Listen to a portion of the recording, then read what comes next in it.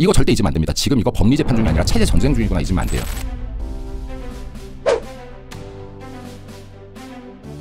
끝까지 또 이들이 무슨 짓을 하더라도 이거는 마흔여고 버텨야 된다. 이건 지금 당위적인 겁니다. 법리 따질 필요도 없습니다. 그러니까 지금 여기에서 우리만 법을 따지고 있으니까 우리가 지는 겁니다.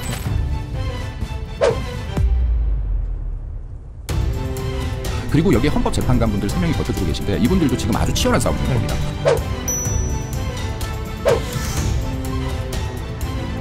왜냐면요, 이분들은 실제로 법리에 맞는 판단을 하고 지금 법리에 의한 결정을 하고 있는데 이들이 봤을 땐 적국인 거예요. 저쪽 좌파 세력들이 봤을 땐 이 사람들은 적국의 장수인 거예요. 그럼 어마어마한 압박이 들어올 거거든요. 그럼 이분들 지금 저 안에서 우리 눈에는 보이지 않지만 어마어마하게 치열한 전투 중일 거예요. 이분들 진짜로 응원해야 되고 이분들이 끝까지 버티면 이기는 것이다. 논리적으로 지금 최전선에서. 네, 그럼요.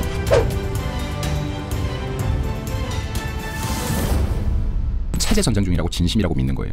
그럼 이게 법리가 우선되지 않는 거예요. 예. 그러니까 이거를 정말 지금 겉으로만 체제 전쟁이라고 외치는 것인지 내가 진짜 진심으로 체제 전쟁 중이라고 믿는 것인지에 따라서 지금 이 판을 읽는 게 바뀌는 겁니다. 주문 피청구인 대통령 박근혜를 파면한다. 대북전단 살포를 금지하고 위반 시 처벌하는 남북관계 발전법 개정안을 처리할 예정입니다.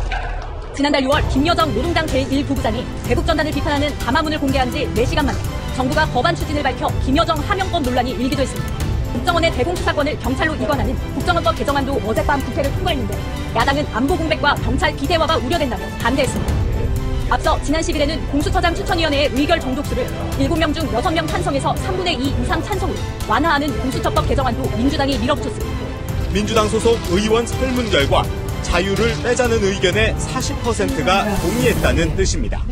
그러면 진심으로 내가 체제전쟁이라고 생각하는 분들은 판사들이나 법 전문가의 말이 의미가 없는 거예요. 왜? 이대로 판단하지 않을 거니까요. 이대로 판단할 거면 이거는 대통령의 탄핵이 될까 봐 걱정할 필요가 없다니까요. 대통령 잘못한 게 하나도 없으니까요. 헌법상에 지금 권리를 쓴 것이고요. 그리고 지금 수사 자체도 불법이었고요. 민주당 같은 경우는 의미 없는 행동을 하지 않아요. 자기들의 공격이 유효타를 먹였냐 안 먹였냐는 나올 수 있지만 의미 없는 행동을 아예 의미 없는 행동을 중지합니다. 이거 예를 들자면요. 후쿠시마 오염수 보시면 돼요.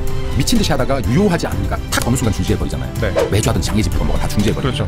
이 사람들이 지금 아직까지도 권한대행의 권한대행을 탄핵시키려고 하고요.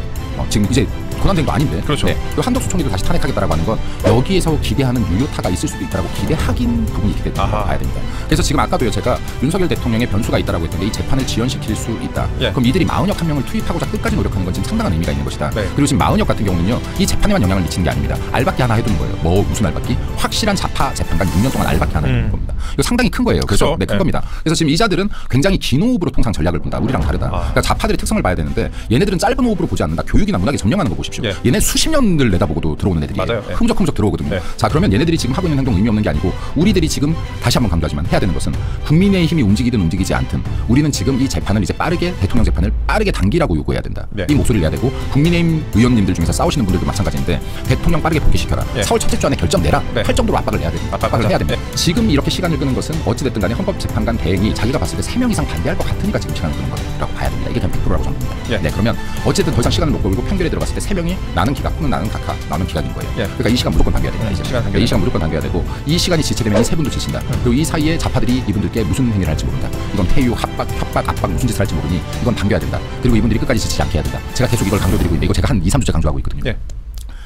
이게 저는 이번 전쟁의 핵심 포인트다. 이제 더 이상 법리를 따질 이유도 없다. 이 3명을 어떻게 지키냐의 문제다. 그러니까 이 3명에게 응원하는 거에 모든 집중을 다해라.